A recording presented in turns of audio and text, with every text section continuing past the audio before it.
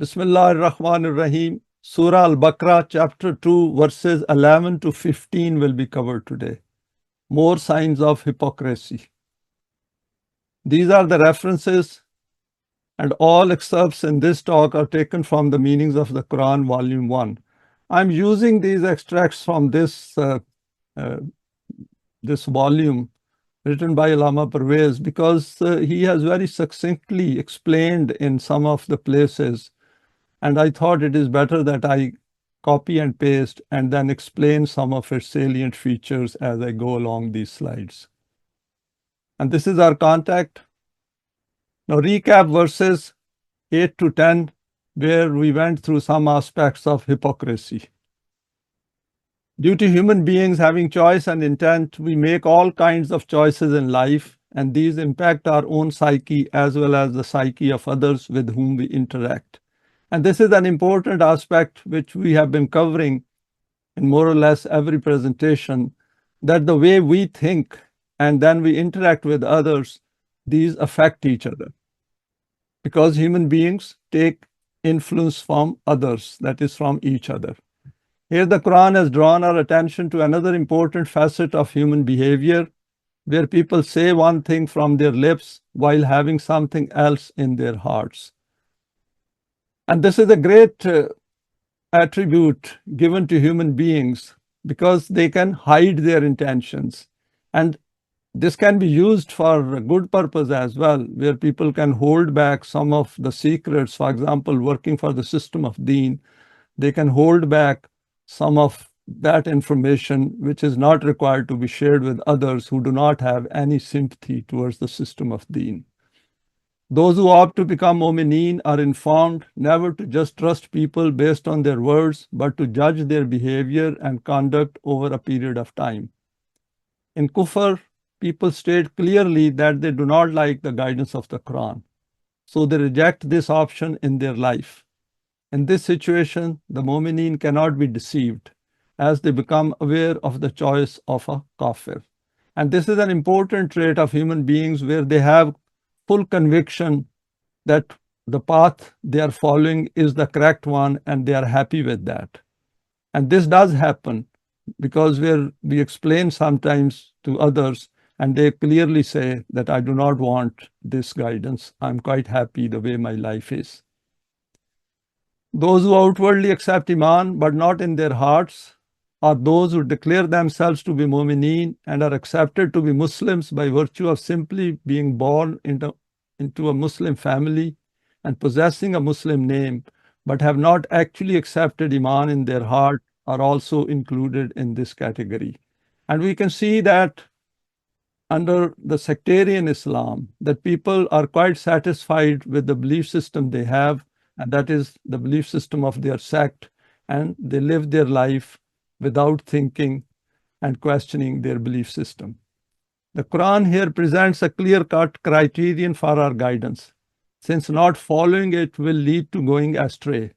If this criterion is not observed strictly, then the system of Deen can never be established, because Momineen who meet the precise Quranic criterion cannot emerge. And that is an important point, that if we want a system of Deen, then we will have to acquire that Iman which the Quran has put forward very precisely based on evidence. The Quran has declared this inconsistency between word and deed as a psychological disease which leads to problems at the individual as well as at the collective level. An overview of today's presentation.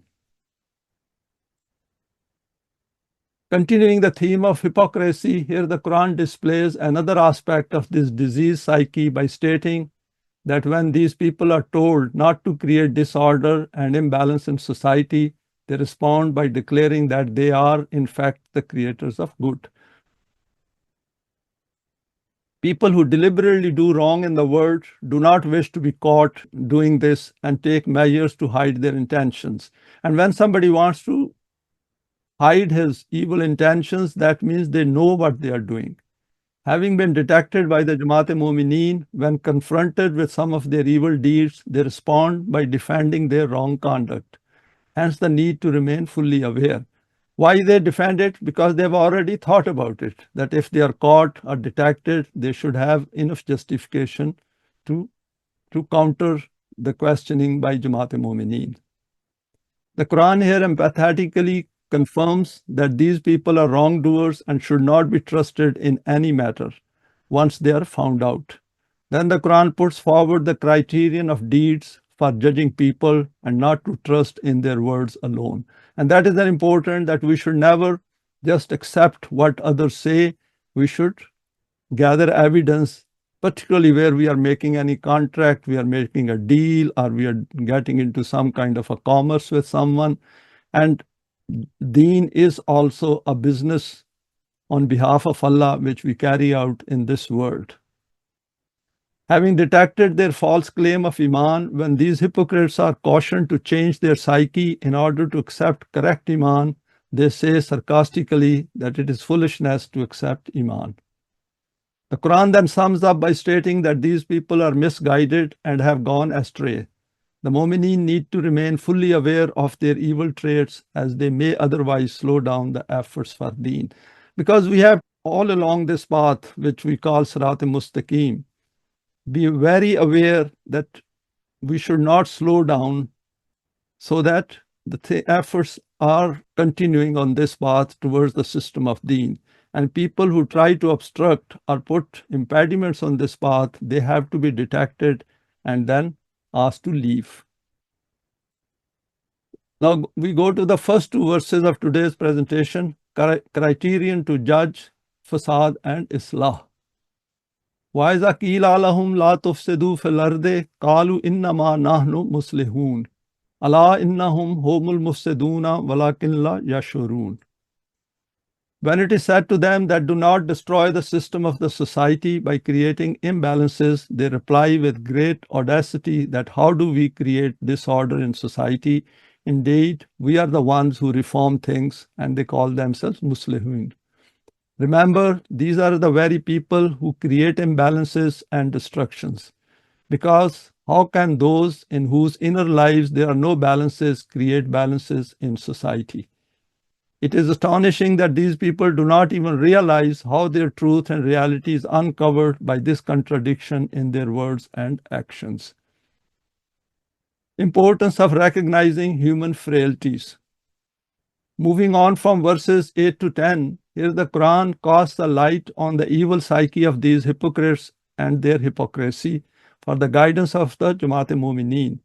While going through these verses, we need to bear in mind that the Quran is guiding the Momineen to help them to recognize the different kinds of acquired psyche of human beings in the world, the machinations of Iblis and Shaitan.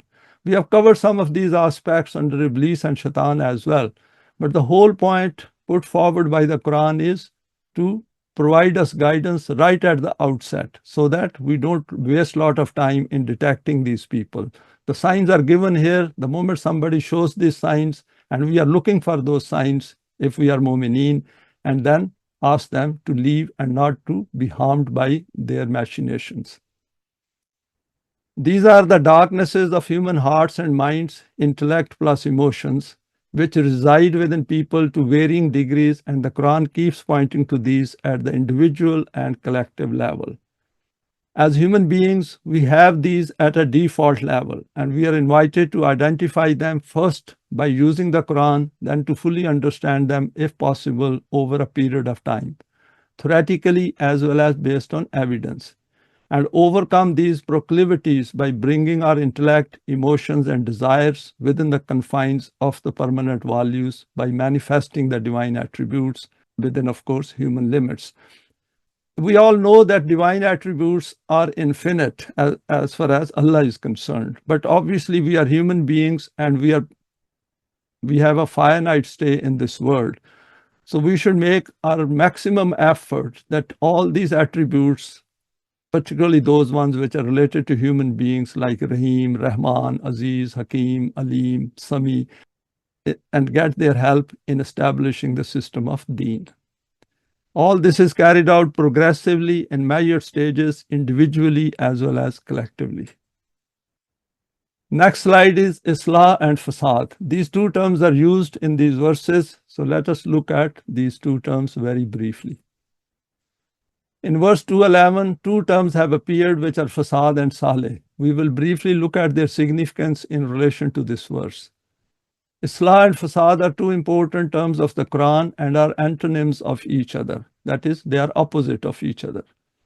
Among us, the word Fasad is used to mean quarreling, fighting, and riot disturbance. The word Salah is used to mean friendliness, reconciliation, and Islah means reform. In the Arabic language and the Quran, these terms have appeared with far wider meanings. Because when we use these at individual level, these are referred to local problems within human beings or in the society or maybe in the family. But over here, this term is used on a wider context. Salah fundamentally means that a thing should be precisely in that state in which it is meant to be. Because if it is not in that state, then we also call it zulm. This term is also applied to the removal of imbalances in society and also for the acquiring of suitable development of the potentials of members.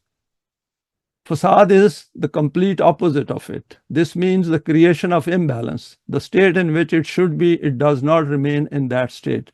And we can relate it to the world in which we are living, where we are not supposed to, human beings are not supposed to create poverty, exploitation, wars, and conflicts, and they are doing it en masse and also in an organized manner.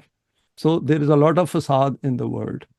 Imbalances becoming created, the appearance of weakness, the distortion of balance.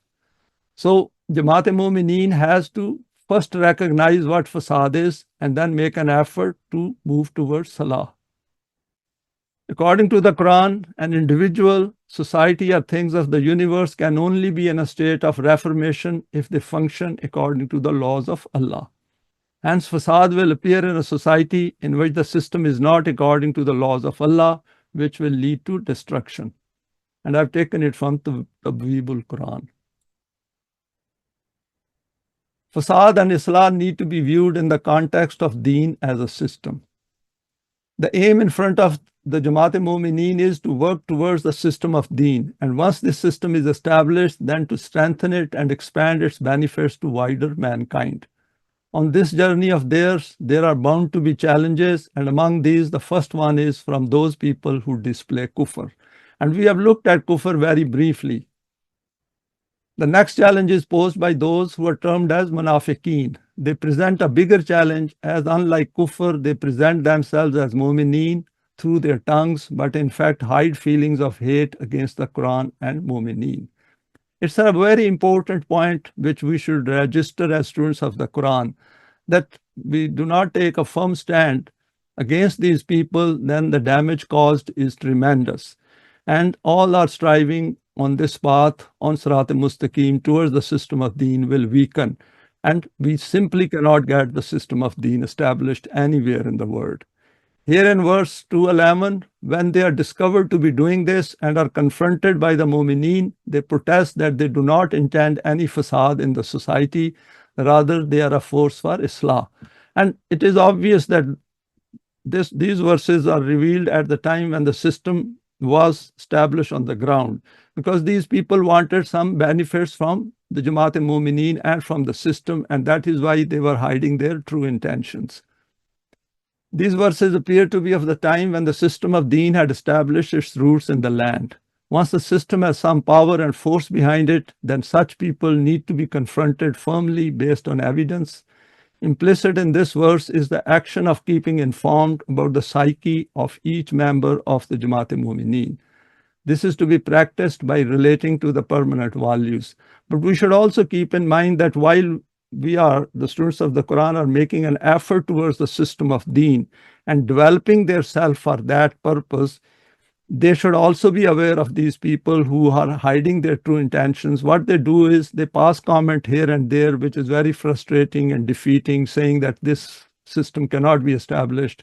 Deep down, they do not have any iman in the system of Deen, and as a result, they cause distractions and they also cause problems for this people who are making effort in this direction, because any distraction is bad for the system. People slow down, people lose heart, and a lot of them give up as well. Next is some aspects of being Momineen. Implicit in this verse is guidance for the duty of the central authority of Deen and other members to be witnesses on each other as well as on what others do, because it is part of the system. That is why it is important to be together, to come together and discuss these things, so that we can look at various aspects of the system of Deen and the psyche which is required to establish this system. And over here, Quran says, وَكَذَلِكَ جَعَلْنَكُمْ أُمَّةً وَسَطًا لِتَكُونُوا شُهَدَاءَ عَلَى النَّاسِ وَيَكُونَ الرَّسُولُ عَلَيْكُمْ شَهِيدًا. It's the language of this verse also makes it clear that this ummah doesn't exist before the obedience of the Quran and its laws. This comes into shape. It forms itself. It emerges just like a seed. Thus have we made of you an ummah justly balanced. See how Allah relates it to himself, because Jamaat Momineen relates everything to Allah, and it is balanced. Over here the word used is wasatan. Wasatan is that in every respect it is balanced, and they have no weaknesses, they have no vulnerabilities, they know exactly what they are doing. That you are witnesses over mankind and the messenger a witness over yourselves. An important responsibility this ummah has. The individuals are the members of this ummah. They are witnesses on each other, and then they are witnesses on mankind in today's situation. But at the time when this verse was revealed, the messenger over here represents the center of the system. And it is very important to have very, very precise and focused accountability of everyone by using the Quran. The conduct of hypocrisy needs to be monitored under the system of Deen in order to forbid evil and promote good.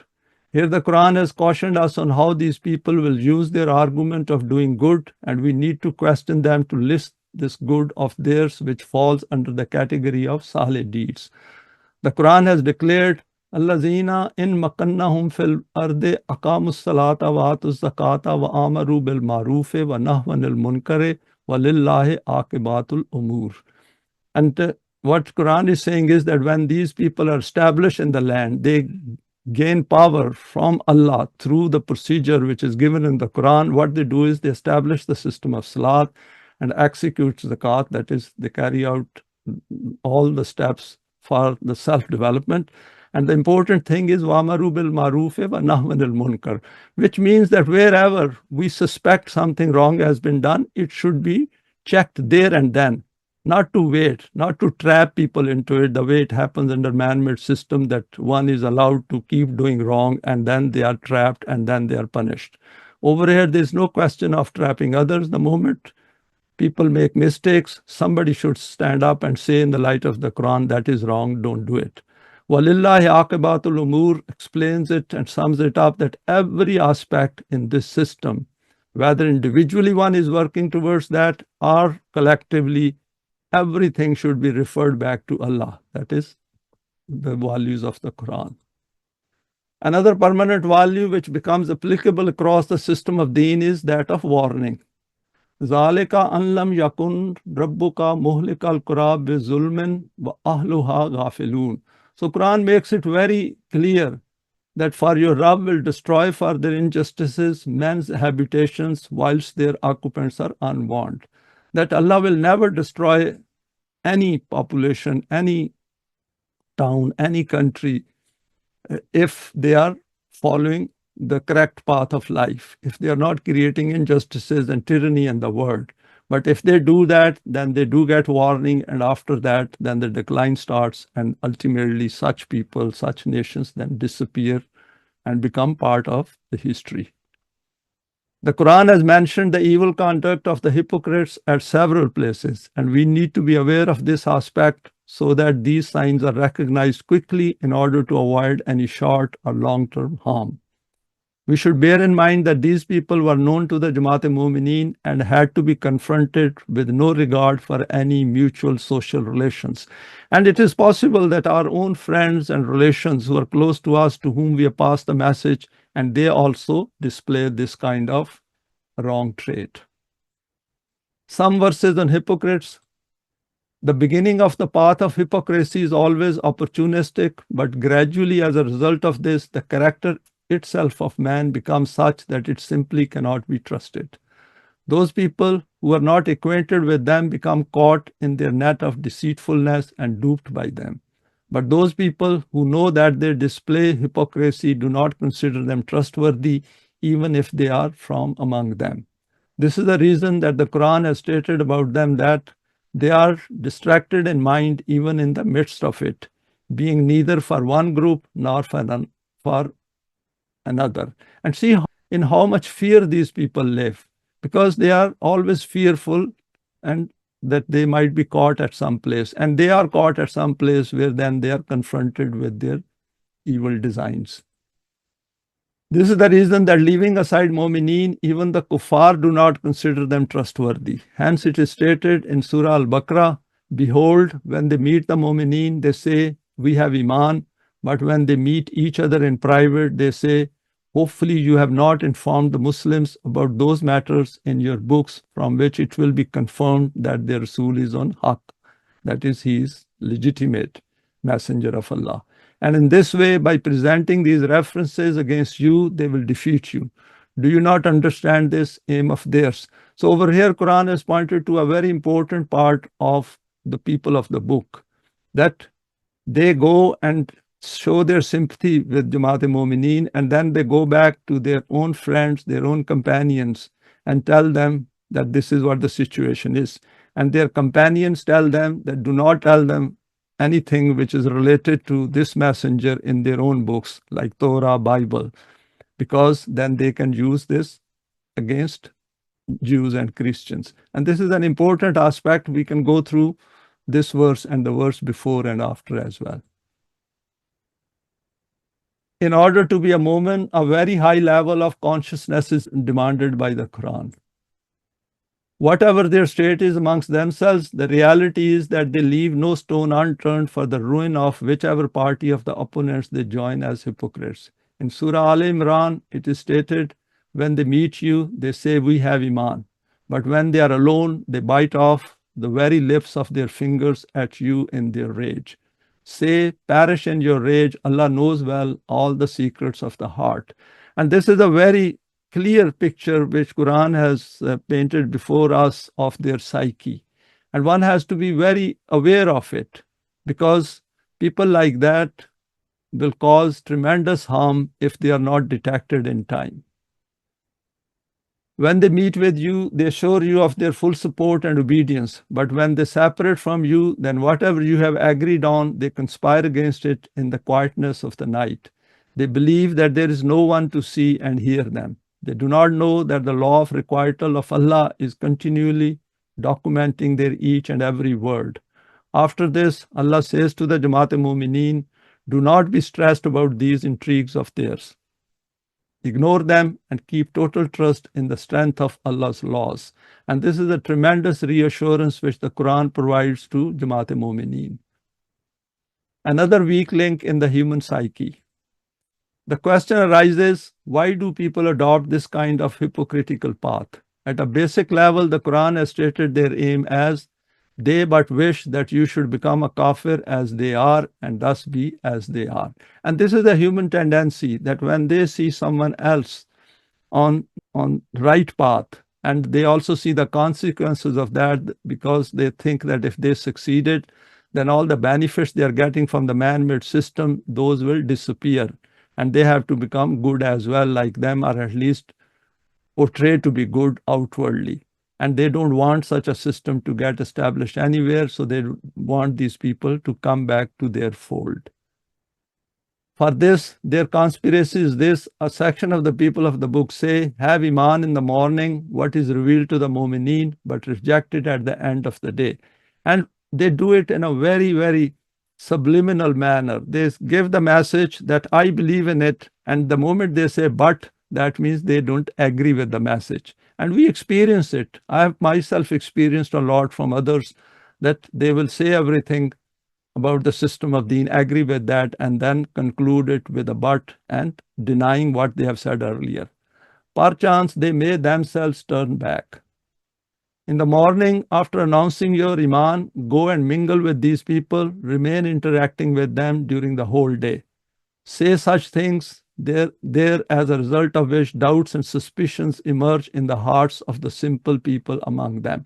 And these are very important aspects, that they create doubts and suspicions. And we remember Quran right at the beginning has said that this is the book which has no doubts, no suspicions, because it removes raib, it removes every kind of doubts and suspicions and creates certainty in the hearts of those who accept Iman in it. In the evening, exit taking your kufr with you. It is possible that from among them, even a few people may revert to their former way of kufr. So over here is that if somebody gets distracted and wishes to leave the path of the Quran, it is up to their choice. Because Quran has very clearly said that there is no compulsion in deen. Both paths have been made clear. So it is up to them. But we can, if such people become distracted, one can tell them and guide them that what they are doing is not right. It is for their own loss. Because if we leave the path in which self-development is assured and death is waiting us in any case, then we are doing a tremendous harm to ourselves, because whatever we sow in the earlier part of life, we are going to reap the benefits of it in the later part of life. Another technique of putting false labels on Momineen, and we experience it quite well under Tolu Islam. As far as their speeches are concerned, the Quran states that these are very alluring and amazing. Then in every speech, taking vows in Allah's name, they keep making efforts to create trust in the hearts of their listeners for themselves. And they also know, a lot of people know that they can argue very well and they are very articulate. So they make use of their manner of speech and their endless talking about their own case. And as a result, at times they mix up batil and haq as well, just to confuse people. With their tongues they entice you, but their hearts are averse to you. It is stated in Surah Tawbah, and among them are men who slander you in the matter of the distribution of alms. If they are given part thereof, they are pleased, but if not, behold, they are indignant. And that is another important, that if there are some financial benefits attached with Jamaat Momineen, they will also look for some benefits. Whereas Quran is asking everyone to sacrifice on the path of Allah. O Rasool, there are also such evil-spirited men among them who do not even abstain from leveling false accusations against you in the distribution of alms. If you give them enough to make them happy, then all is good. If you do not give them this much, then the fire of vengeance erupts in their hearts, and they keep concocting and spreading all kinds of accusations against you. So that means there has to be a system on ground where people, if they find anyone talking against the center of the system or against other Momineen, then they should be reported, because it is important to gather information about these people so they do not harm the cause of deen. Deen progresses from individual efforts to collective striving. In the early days of the formation of the Jamaat, when the Islamic system of sustenance had not yet been established and assistance was extended to one another on an individual basis, the state of these people was such that if they were ever compelled to contribute something, then they would make the life of that poor soul hell by continually reminding him of their favor. These are those very people to whom the Quran has referred when the Jamaat-e-Momineen were informed. O you who have Iman, cancel not your charity by reminders of your generosity or by injury. Like those who spend their substance to be seen of men, but have Iman neither in Allah nor in the last day. And this is a very important point where we should be absolutely clear that when we contribute towards the cause of Allah, then there should be absolutely no contradiction, no difference between our word and our deed and what is in our heart. It should be with a total dedication. Otherwise, despite making contributions, we waste our efforts on this path. They are in parable like a hard, barren rock on which is a little soil, on it falls heavy rain, which leaves it as a bare stone. They will be able to do nothing with aught they have earned, and Allah guides not those people who are kafir. In fact, there is a lot related to this verse, and once we come to this part of Surah Al-Baqarah, we will discuss it in more detail. O Jamaat Momineen, do not ever do this, that after helping someone, you remind him of this favor and in this way cause hurt to his feelings. And over here, we should keep in mind, because Quran says that Allah knows the secrets of the hearts as well. We should not feel burdened as well within our heart that I had to part with some part of my possessions. Whereas knowingly that we are working in a man-made system which is grossly unjust, and as a result, some get grossly more than the others. In this way, all that you have done will go to waste. Only an individual who has neither Iman in Allah nor conviction in the hereafter can behave like this. And that is a sign of Iman as well. Because once we have committed to this path, then whatever we can contribute, donate towards these efforts, we should make those efforts, because we are essentially developing our own self on this path for the system of Deen. But thinking that I have to live among these people and so have to have good relations with them, he gives something for the sake of appearances. There are a number of verses on this aspect, and we will come across them as we go through Surah Al-Baqarah. Few aspects of fasad. Right at the start in the story of Adam, the Quran has noted, Atajalu fiha man yufsidu fiha wa yasfiku dima. If we remember that in that story, Malaika raised this comment that, oh Allah, you are creating this man, this Adam in the earth, and we think that he is going to create fasad as well as bloodshed. Will you place therein one who will make mischief, that is fasad, and shed blood? Remember, it is he who is Allah in the outer universe, and it is he who should be Allah in the human world as well. We have gone through this verse previously as well, but I thought to share it again. وَهُوَ الَّذِي فِي السَّمَاءِ إِلَٰهٌ وَفِي الْأَرْضِ إِلَٰهٌ وَهُوَ الْحَكِيمُ الْعَلِيمُ. It is he who is Allah in heaven and Allah on earth, and he is full of wisdom and knowledge. And Allah over here means God. We have created all kinds of gods in the man-made system. But Quran over here is saying that in the outer world, of course, Allah is God. Allah is the one who is the creator and managing all affairs through his laws. And what he is asking us to is to make him Allah, make him our God in the earth, and create a system of deen and then see the benefits of it. Because if we do not follow his laws and accept him according to the concept given in the Quran, then essentially we will have numerous gods in our mind, in our brain, and we can see the examples of it all around in the world, that everyone is having plenty of gods in their head and moving around. It's a pretty heavy head they have. And if gods other than Allah are obeyed, then Quran says, لَوْ كَانَ فِيهِمَا آلِهَةٌ إِلَّا اللَّهُ لَا فَسَدَاتَا فَسُبْحَانَ اللَّهِ رَبِّ الْعَرْشِ أَمَّا يَصِفُونَ. If there were in the heavens and earth other gods besides Allah, there would have been confusion. That is fasad over here. The word uses la fasadata in both. But glory to Allah, the Rabb of authority, high is he above what they attribute to him. And we can see that if we have more than one God operating in the human world, that is through the relative values, then there is bound to be fasad. A confused mind where number of gods are residing and Allah is not there anywhere, because Allah has to replace all our gods under the system of Deen. Without the correct concept of Allah, the human mind creates its own gods under man-made systems, and all these gods then create fasad in his head, and that fasad then manifests itself in the outer world. And made it very clear in another place, Quran says, وَلَوِ اتَّبَعَ الْحَقُّ أَهْوَاهُمْ لَفَسَدَتِ السَّمَاوَاتُ وَالْأَرْضُ وَمَنْ فِيهِنَّ بَلْ أَتَيْنَهُمْ بِذِكْرِهِمْ فَهُمْ عَنْ ذِكْرِهِمْ مُعْرِضُونَ.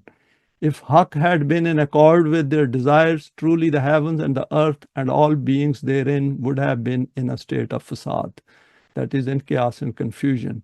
Nay, we have sent them the revelation for their eminence, but they turn away from their own eminence.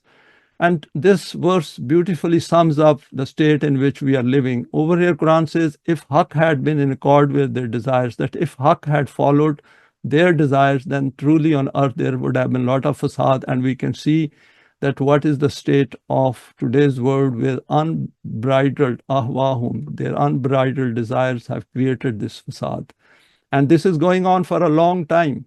Since the earlier era of Islam, we haven't seen system of deen anywhere. So this is the time that if we are on this path, we should think very intensely, very reflectively, very keenly, very dedicatedly on all these aspects.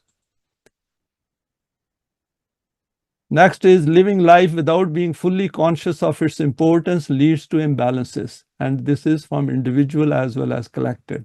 Because individuals form collective form of the society. And if individuals haven't acquired that moment self, then sum total of those individuals cannot create the system of deen. In verse 212, the Quran has informed us that due to their evil behavior of falseness and deception, these hypocrites are the ones who cause mischief in the land. The verse ends with, وَلَكِنْ لَا يَشْعُرُونَ. And if we remember, we have gone through some aspects of consciousness in our previous presentation. I.e., they are not conscious of it, or they do not realize the harm they are doing to their own self. If the human life is meant to end with physical death and there is no accountability, then this kind of behavior may escape the notice of man-made systems, though even under these systems where there is some accountability, such people are caught if they go outside the limits of the man-made laws of these systems. And we can see that in certain countries in the world, even man-made laws are obeyed quite well. And as a result, there is some kind of semblance of peace and calmness in those countries. But interesting is the same countries in which they ask people to obey their laws, they are the ones who create chaos and facade in the outer world in other countries. However, here we need to view it in the light of the permanent values of the Quran, where each self simply cannot escape its own accountability. This aspect will form part of the education and training within the system of deen right at the outset. This should also be included in the education and training of children so that they avoid this kind of thinking and conduct in their life. Being fully aware and remaining conscious of the working of the law of requital will keep them on the right path. And this is important that once parents have understood this, they should share it with their children on a continuous basis. Let them know that they are accountable for whatever they do, and they should all the time keep in mind that this accountability is for their own good. Next verse, another faulty aspect of not following the Quranic guidance. وَإِذَا قِيلَ لَهُمْ آمِنُوا كَمَا آمَنَ النَّاسُ قَالُوا أَنُؤْمِنُ كَمَا آمَنَ السُّفَهَاءُ أَلَا إِنَّهُمْ هُمُ السُّفَهَاءُ وَلَكِنْ لَا يَعْلَمُونَ. When it is said to them that you too accept this code of life and adopt it in the same way that the Jamaat Momineen accept it as true and then tread according to it, in a response they say, but they, that is the Jamaat Momineen, are foolish, who have no concern even for their profit and loss. Because once we follow the path of Sirat Mustaqim, that is, we follow the path of deen, then change comes within our own psyche. And we give up all those negative aspects of our personality gradually and overcome all the proclivities, that emotiveness, and bring our own self under the permanent values wherever possible within the man-made system. And we also get closer to those who are already on this path. So as a result, these people see them and they say that they are not doing what the man-made system is doing, and they are not getting all those benefits by getting maximum out of the man-made system by being deceitful and dishonest. So this then creates problems. And discarding easy to come by benefits or chasing after being principled, should we also become foolish like them? And we do hear these kind of statements that you should watch your interest and you should not follow the path of honesty, because in this you are going to suffer Forget about the system of deen. Nothing can change in this world. Everyone is corrupt, so we need to be corrupt to get the maximum benefits. Remember, those who are ignorant and reckless about benefit and loss are these people themselves, who do not even understand such a small matter that to give up a permanent benefit for the sake of a transient advantage cannot be called good commerce. And this is one reason that we haven't been able to re-establish the system of deen anywhere for a very long time, because people give up very quickly. They are drawn in by the corrupt system around them, and then they give up because they do not have that firm iman which Allah is demanding from them, and they think Allah is not going to help them, that is, His laws cannot help them, because they do not understand the way these laws work in the human world. Next slide is the iman of the Quran is not belief or faith. And from that, it is important to stick together, because wherever one is becoming a bit doubtful, it is better to check it with others who have stronger conviction in the Quran. Now, let us examine another mindset of the Mufsideen described in the Quran. When it is said to them, have iman as the others have iman, they say, shall we have iman as the fools have iman? Nay, of a surety, they are the fools, but they know not. So this is the translation of the same verse. We can compare the two, but I think this translation is fairly okay.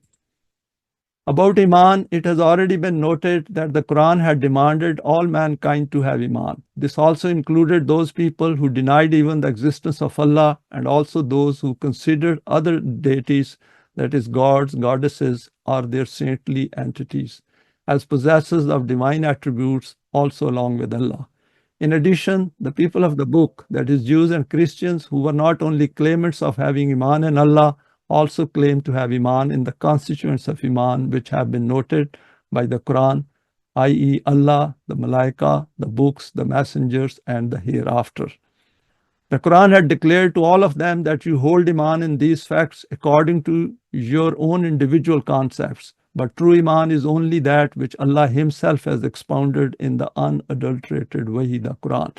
Because if people say that they already have Iman, and I have heard these phrases from others that these people of the book also have the same Iman as the sectarian Muslims have.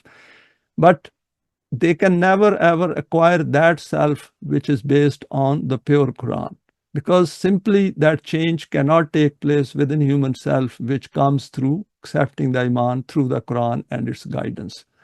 This is why they were told, so if they accept Iman as you accept Iman, they are indeed on the right path. Now the next verse, immediate benefits of life affect human choices. In verse 213, where the hypocrites have been asked to have Iman as other people have accepted Iman, there is a reference to a particular point in this. None of those other individuals or groups who were asked to have Iman had this state, that they held one thing in their hearts while they stated some other thing from their tongues. Their beliefs were wrong beyond doubt and were based on ignorance, but there was definitely mutual harmony between their hearts and words. The hypocrites have been told that you should give up your duplicitous policy adopted for opportunism and vested interests and bring about mutual harmony between your heart and tongue. And I'm sure these Momineen of earlier era must have explained to them the psychological side of it and warned them that this is not good for you. What they said in response merits profound attention. They replied that these people are foolish who openly utter on their tongues what is in their hearts.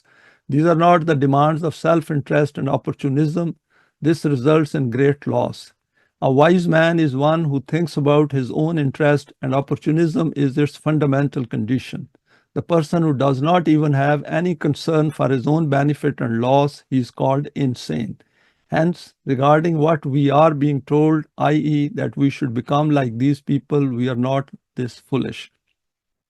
And from here we can imagine that what kind of that society was where hypocrisy was rampant. And it is a miracle that these Jamaat Momineen, first they had overcome their own proclivities and their own emotional biases and their unbridled intellect and brought it under the guidance of the Quran, and then they were able to establish the system. Tremendous challenge, and it is a great motivation for us in 2024. The meaning of safahat, also fahao. This term is used in this verse, so over here there is some explanation of it. Foolishness, stupidity, immaturity in intellect and reasoning are all included in the meaning of safahat. For example, in Surah Al-Baqarah, where it is instructed that in the matter of business details, these should be put in writing, it is stated that if the lender who had to dictate the documents is safihan or zaifan, that is, they are mentally deficient or weak, then his guardian should help to dictate it. So imagine how poor opinion these people, these hypocrites had about Jamaat Momineen, that they are on this path and they are misguided, they are insane, they do not know their own benefit and they are just pursuing mirage and they will get nothing. This is just wasting their efforts. And obviously they didn't understand that this Quran is from Allah. From this it becomes clear that safahat means immaturity of the intellect, in which it is stated that you yourself should supervise the matters of those people who are immature in intellect. It is stated in Surah Al-Baqarah, and who turns away from the millat of Ibrahim, but such as those who debase their own selves with folly. And over here again the same term is used, safiha nafsahu. Only he who wishes to remain a fool can stay away from the millat of Ibrahim. And millat of Ibrahim means because he followed the laws of Allah and he was an ummah in himself. He was so firmly established on this path of Allah that Quran has presented him as a model for everyone. It is apparent from this that to keep on being foolish despite possessing intellect and reasoning is also included in safahat. As a general point, the system of deen will cater for all kinds of disabilities and also ensure no one holds this kind of outlook. I put down this comment, seeing safihan or zaifan, that under the system of deen, nobody will be looked down upon. They are all human beings. If somebody has some disability, intellectual disability or physical disability, they will be respected and everyone will be educated and trained. And this is a very important point for parents to teach their children in terms of equality and not to look down upon anyone. Rather, they should be helpful towards those who have some deficiency. Education and training will take into account these aspects of the human psyche. Children need to be made aware of this aspect in relation to other children. The next slide is material success should not distract from Quranic guidance. We consider it necessary to draw attention to another reality. It is stated in Surah Hud that when Nuh commenced his invitation, the first to accept it was the category of poor people. After this, when he specifically addressed the leaders of the nation and said, "Look, these people have accepted Iman in Allah, come and join with them," in reply they stated, "Nor do we see that any follow you, but the meanest among us in judgment immature." Those people who have accepted your deen are just those who possess a shallow intellect and reasoning. Even the decision of these people cannot be termed as a decision. So what will be achieved by quoting them as an example? Because they look down upon them. They at times say that they are poor, they are relatively less money, and they are not as good in higher status as they themselves are. And secondly, they are weak, they do not have power in the land. We are the possessors of intellect and wisdom. Our decision can be considered to be based on insight and vision, not that of these people who belong to the lower class of our society. The moment human beings look down upon other human beings, they do a tremendous damage to their own self. And it becomes very difficult for them that despite reading the Quran, they can come towards the Quranic message. And forget about deen. Deen will never cross their heads. The mentality of the wealthy class emerges before us from this. The wealthy class becomes trapped in this false deception that not only do we have an abundance of wealth, we also have a monopoly over intellect and wisdom. And this is kept within human beings that they become very proud, they become very haughty, and they think that because wealth does give them power, and they think that this power is going to stay them forever. And that is why they oppose the system of deen, because they will lose power under the system of deen. But of course, they will acquire a different power which they simply do not understand. Those who do not possess riches are ignorant and of low intellect. None of their utterances are such that they merit any serious attention. Next slide is the Quran helps us to identify the contemptuous outlook of people. This statement was made by the leaders of the nation and the wealthy class of the era of the messenger Nuh. But you will see that even today the mindset of this class remains the same. And this mentality is not confined to some particular era or to some particular nation. Whenever and wherever wealth is declared to be the criterion for respect and status, this mentality will develop among the wealthy class. The Quran changed these criteria. It declared that from the point of view of birth, all human beings deserve respect equally.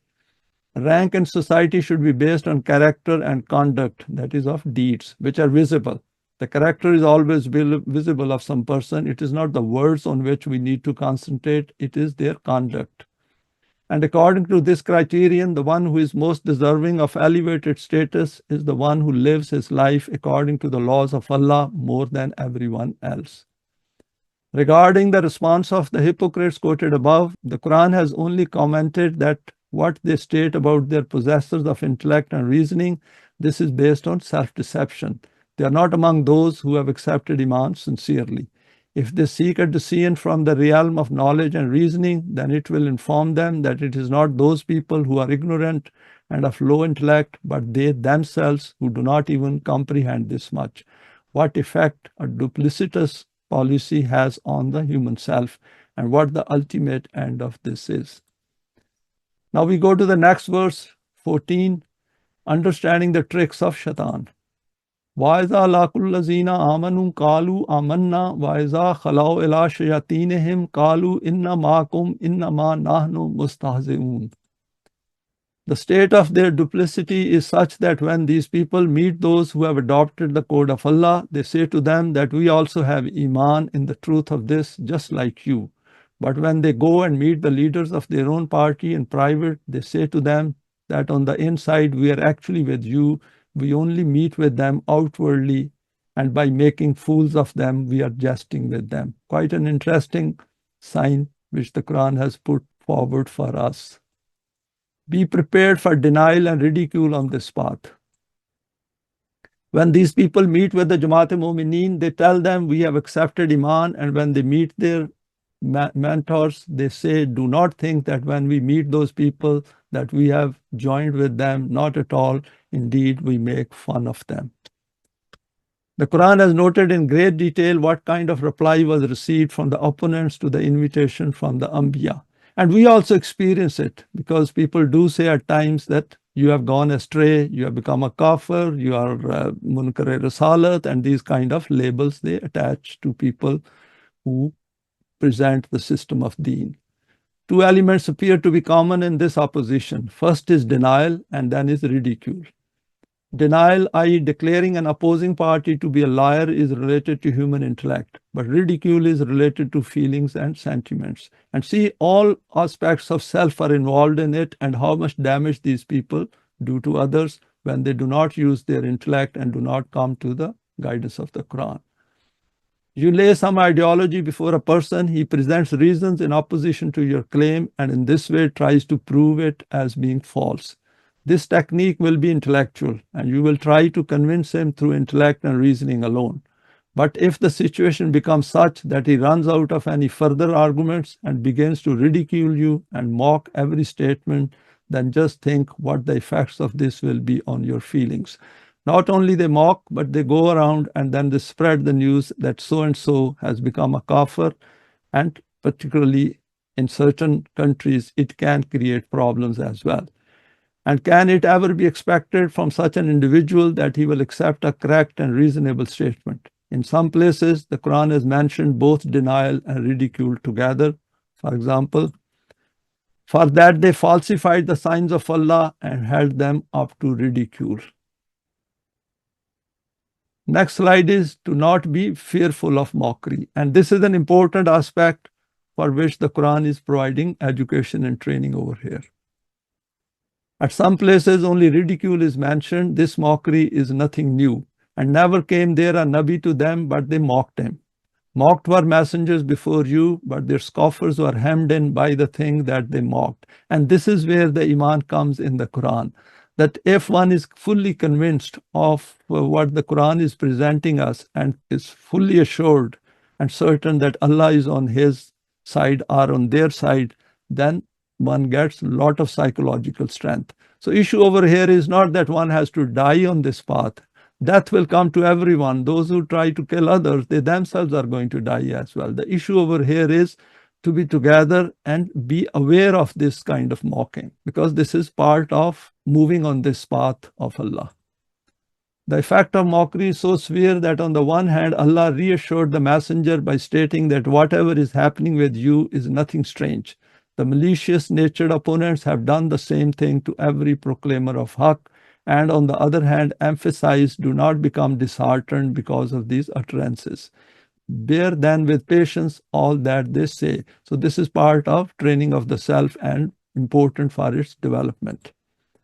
Do not become distressed by whatever these people are saying, but instead patiently persevere, as did all messengers of inflexible purpose. See over here, inflexible. They were absolutely resolute. They were fully convinced that this message is for them because they were looking for it and they got it. And be in no haste. And another important aspect is be patient on this path, because after the time of respite, and time of respite could be pretty long, and after the time of respite, the success will come. In another place, so persevere with patience, for the promise of Allah is true. All the promises which Allah has made with you, these will be fulfilled, because these are based on fact. Therefore, remain steadfast on your program.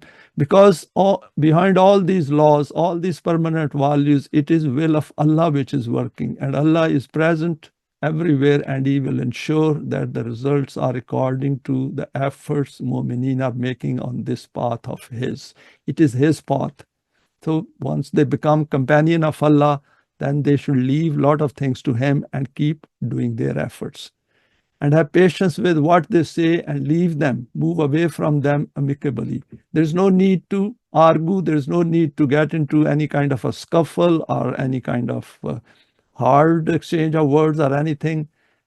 Very peacefully say, this is the message from Allah. If you don't like it, that is fine. Now, the last verse of today's presentation, verse 15, the consequence of following the wrong path. Allahu yastahzi'u bihim wa yamudduhum fi tughyanihim yamahun. Alas, if they could but realize that how can they jest by making fools of others. According to the law of requital of Allah, which is working 24/7 in the domain of facts, they only mock themselves. By becoming inebriated due to the intoxication of their power and authority, they tread on the wrong path and they wander hither and thither, lost and bewildered, and the more they move forward, the further they distance themselves from the destination. Now the next slide is, negative words and thoughts should not be allowed to hamper and slow down. Do not entangle yourself with them. This is what they want, that your time and energies are wasted in defending against these words of theirs. By saving yourselves from these thorny bushes, forge ahead in a balanced way. Dissociate from them, but do this not by descending to their level. Even when you are moving away from them, leave them in an extremely congenial and courteous manner. This is a tremendous paragraph in terms of the recognizing the state of one's developed self. Because once self is developed to some higher level, to some eminence, to some lofty height, elevation, then one can realize that how these people are struggling with their own self. And one can have even sympathy for them in some ways, but firmness. Sympathy does not mean that one should start compromising on Allah's values. But one can understand that these people are struggling with themselves, and one needs to move away and remain united with Momineen on this path and ignore these. Because education, training, and development of the self should be the aim before Jamaat Momineen. After this, the Quran states, Allah will throw back their mockery on them and give them rope in their trespasses, and Quran calls it tughyan. Tughyan means they are transgressing, they are going outside, not only going outside the values of the Quran, but they are exceeding it in a extremely in an extreme manner and causing so much fasad in the world that everyone can see that. And we can see this is happening in our world of 2024. So they will wander like blind ones, Yamahun. This is the literal translation of the words in the verse. We have already discussed in detail under verse 2:7 what the correct interpretation is of such verses in which Allah has related these kinds of matters to Himself. In any case, we now know that Jamaat Momineen should relate every action, every thought of theirs back to Allah, because Allah has given them that intellect which has now accepted Iman and where Allah's concept resides. And it is a matter of great pride for them to relate everything to them, so that they are proving to themselves that they have become companions of Allah. Bring it to mind again and the matter will become evident. Children need to be educated in this respect, i.e. not to be influenced by any adverse remarks in schools. Focused hard work pays in the long run. Now over here, some explanation is given of Tughyan, that is gross transgression. Let us consider a fine difference between two roots of the Arabic language. The common meaning of the root that is noted here is the continuing loss of eyesight. And the root of this is used for blindness of vision. This is that condition of a human being in which he does not understand what to do about the matter before him. And because of this, he stands confused and bewildered, rooted to the spot in a state of extreme anxiety. The word Yamahun, root given over here, has been used in this verse. So first, this is the explanation for Yamahun used in the verse, and then we'll come to Tughyan. Here the Quran has stated that the consequence of following this path is also that these people keep on plunging deeper in their Tughyan. That is, they keep transgressing more and more with the passage of time. Now, the root of this word, that is Tughyan, is given over here. There could be two roots. The basic meaning of this is to exceed a limit or measurement. As long as water remains within a river, it is a river and its outcome is beneficial.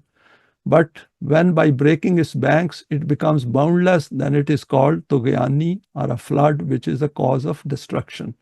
Similarly, if human potentials and abilities are utilized by remaining within the limits defined by Allah, then their outcome is always beneficial.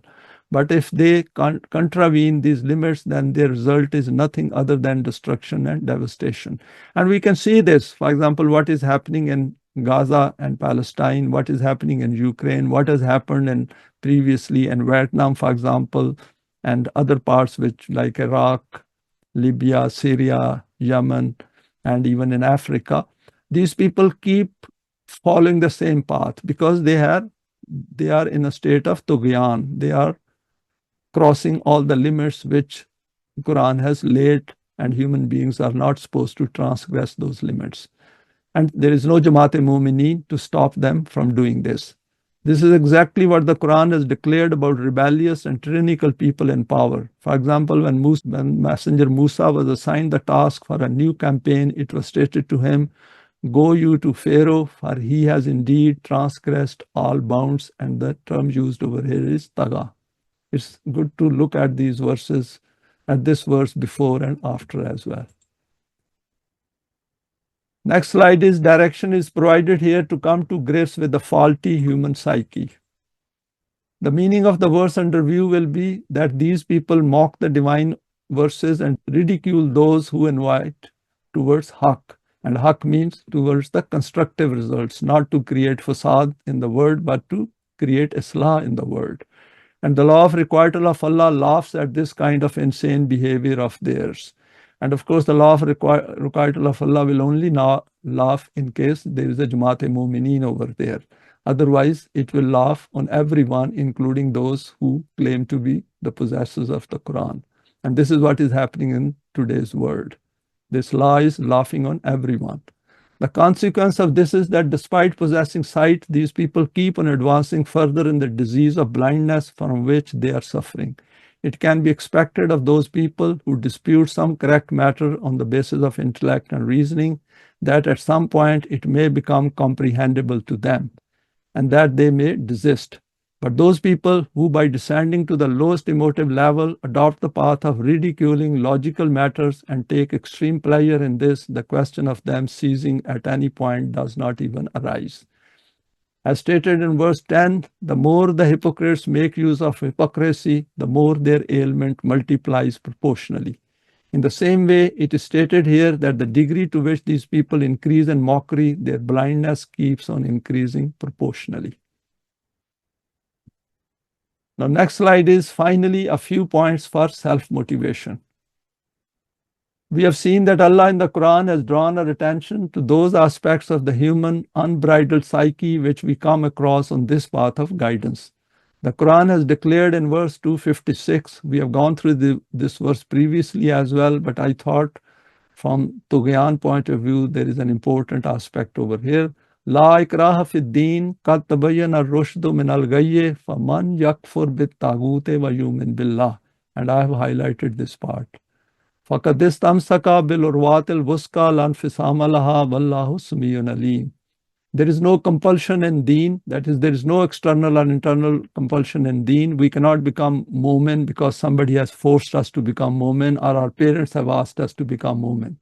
Or we have, from inner side, we thought that there are some benefits in becoming Momin, so I have become a Momin. Not at all. This is totally interest-free, without any interest in our own benefits. It is for the good of whole of mankind and for carrying out the duties which Allah has taken on himself, and we deliberately become his companion, knowing that there could be some sacrifices on this path. Truth stands clear from error. Whoever rejects Taghut and accepts Iman in Allah has grasped the most trustworthy handhold that never breaks. Allah is Sami and Alim. And Allah knows it, and so do Momineen. If they become Momin like this, then they have to become Sami as well as Alim.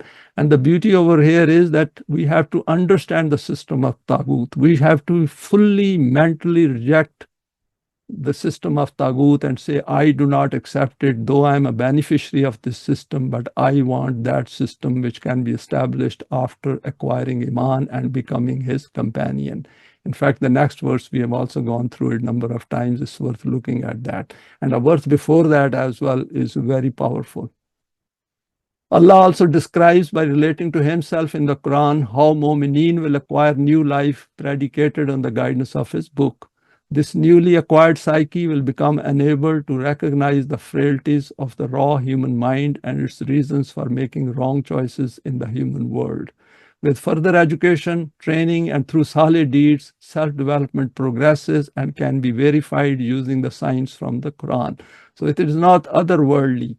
If people become muttaqi, they know they have become muttaqi, and they can tell others as well that I have become muttaqi because of this. These signs are given over there. There is no harm in telling others that we are on this system of deen and why we think that the success will come towards us, because what Allah has promised in the Quran. On this path of deen, reassurance is continuously provided. Azhaba ila Firauna innahu taga. I've quoted part of this verse, which we have referred earlier as well. The messenger of Allah, that is Hazrat Musa, is told, go both of you, that is he and his brother Harun, to Pharaoh, for he has indeed crossed all bounds. Just see taga, that he has crossed all bounds. And that is important. If we do not understand what taga is, what those bounds are, then we are not going to stand up for the system of deen, because we will be satisfied with the man-made system. Then also proclaimed that, later on in another verse, Quran says, when the messenger Musa expressed his fear, Quran says, La takhafa innani ma'kuma asma'u wa ara. Fear not, for I am with you, I hear and see. And that is a very important verse for those people who are on this path and wish to continue on this path to establish the system of deen. Thanks for your time and for sharing this today. Please feel free to share it with your contacts. You may like to subscribe for future talks related to the Quranic system of deen.